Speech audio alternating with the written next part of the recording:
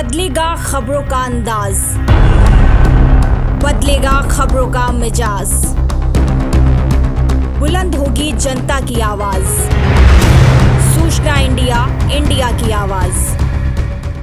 Ukraine में फंसे भारतीय छात्रों का यूक्रेन से वतन वापसी का सिलसिला लगातार जारी है। कई दिनों से यूक्रेन में फंसी पायल पंवार आखिरकार अब कोटद्वार में अपने घर सुरक्षित पहुंच चुकी हैं। पायल MBBS की पढ़ाई करने के लिए यूक्रेन गई थी, वहीं अपनी बेटी की घर वापसी से पूरे घर में खुशियां लौट आई है। पायल ने बताया कि यूक्रेन में हालत बेहद नाजुक बनी हुई है, जिससे सभी बच्चे डरे हुए हैं। पायल ने बताया कि बॉर्डर तक पहुँचने के लिए उन्होंने अपनी गाड़ी के आगे तिरंगा झंडा लगाया हुआ था, जिससे वो सुरक्षित बॉर्डर तक पहुँच सके।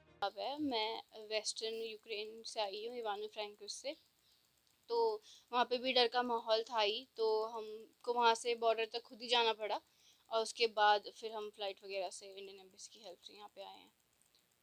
हमने अपनी बस के आगे तिरंगा लगाया था और हमें ऐसा कोई परेशानी हुई नहीं, हम स्मूथली पहुँच चुके थे बॉर्डर तक। जब हम वहाँ पे बॉर्डर पे पहुँचे तो हमें काफ़ी देर तक इंडियन एम्बेसी वालों का वेट करना पड़ा। कुछ बच्चे ऐसे थे जो पिछली रात से भी वहीं वेट ही कर रहे थे और ठंड बहुत ज़्यादा थी। इतने सारे बच्चे कहीं अकोमोडेट भी नहीं हो सकते थे, तो यहाँ पे हमें बहुत तकलीफ़ हुई क्योंकि ठंड के मारे बहुत ही हालत ख़राब थी, हाथ पैर सुन्न पड़ रहे थे और वो काफ़ी सुबह आए बट काफ़ी लेट आए थे, तो यहाँ पे हमें मुश्किलों का सामना करना पड़ा। हाँ जी, जब वो आ गए थे उसके बाद उन्होंने हमें बोला कि लड़कियों को बोला कि तुम पहले आ जाओ करके। ज़्यादा लोगों को वो एक साथ निकाल नहीं पा रहे थे और फिर पीछे से और बच्चे आए जा रहे थे, तो इससे भीड़ बढ़ती गई। तो ये उन्होंने हेल्प करी। फिर हम जब वहाँ से निकले तो वहाँ पे रोमेनियन लोग थे, NGOs थे, उन्होंने काफ़ी हेल्प करी हमारी। रोमेनियन लोगों ने काफ़ी ज़्यादा हेल्प की, हमें खाने पीने का सामान, ब्लैंकेट्स वगैरह, शेल्टर वगैरह प्रोवाइड करवाया। उसके बाद हमें शाम को बस आई, फिर हम वहाँ से एयरपोर्ट गए। फिर एयरपोर्ट से हमने फ़्लाइट्स लिए और फिर हम इंडिया पहुँचे।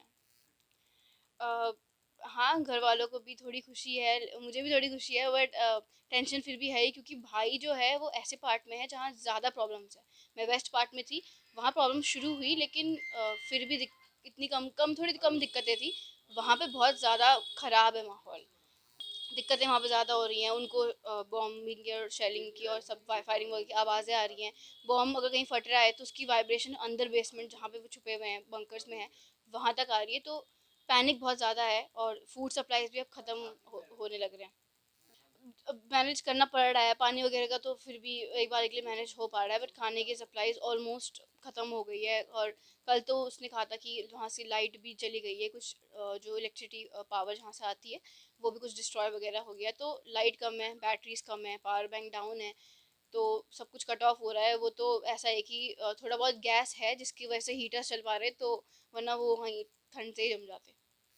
हमारे साइड जो हुआ है वो 1-2 ही हुआ है, तो इतना पता नहीं चला लेकिन इतना भी नहीं चला, तो बट डर का माहौल तो था ही।